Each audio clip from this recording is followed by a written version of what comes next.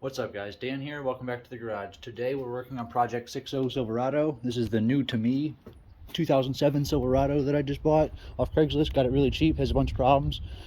Today we're trying to address one of those, actually two of them, but I'm only showing one. Trying to fix the heat, because obviously it's very cold outside. Trying to get the heat to work. I've been narrowed down to pretty much being this heater switched. I went ahead and I bought a replacement one. So we're going to go and replace that. It's pretty easy. I also have a new radio that I just put in this truck, so it's actually coming together pretty good. Hopefully I can get some heat though and be able to daily drive this thing.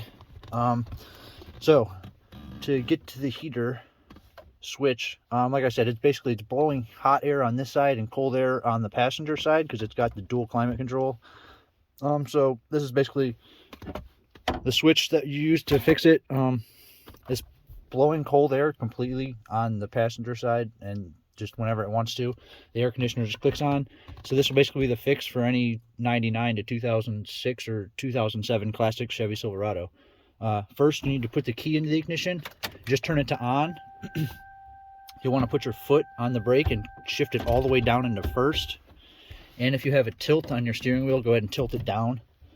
Then you need to grab this plastic piece that goes all the way around and just kind of start popping it off. The reason you put the shifter knob all the way down in the first gear with your foot on the brake is so this clears it. Should come out pretty simple. Just go ahead and pop it up.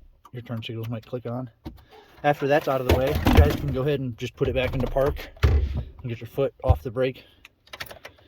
So next you have two 7mm bolts on both sides. Well, just one on each side. I've already actually went ahead and removed those just because I had the radio out. I was doing that earlier. After that, you have these clips that you need to push in. The new one has it here. You need to push in these clips so you can pull it out on both sides. And then it's just got two wire harnesses that plug into the back. I'm using this flathead screwdriver just to go ahead and pop it out. It's kind of hard to do. So yeah, hopefully this is my fix. I have it narrowed down to this. Go ahead and unclip these two clips on the back. Get your new unit. And it is labeled light blue clip and black clip on this piece, so we know which is which, and they only go one way. Then you go ahead and line it up, click it into place. You'll hear it snap, pretty much in there. So now you go ahead and put your two 7mm bolts back in. Test it out.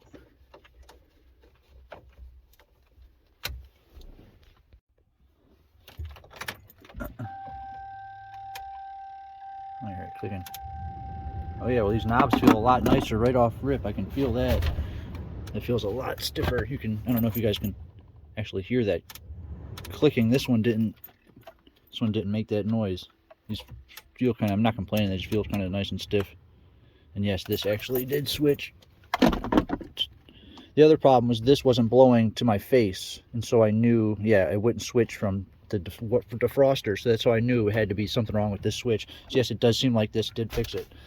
So, alright guys, yeah, that did seem to be the fix. I would recommend trying that. The other situation, if you're having this problem in your Silverado, there's an actuator door on the bottom underneath the dash. You can go ahead and replace that, because I know it opens and closes.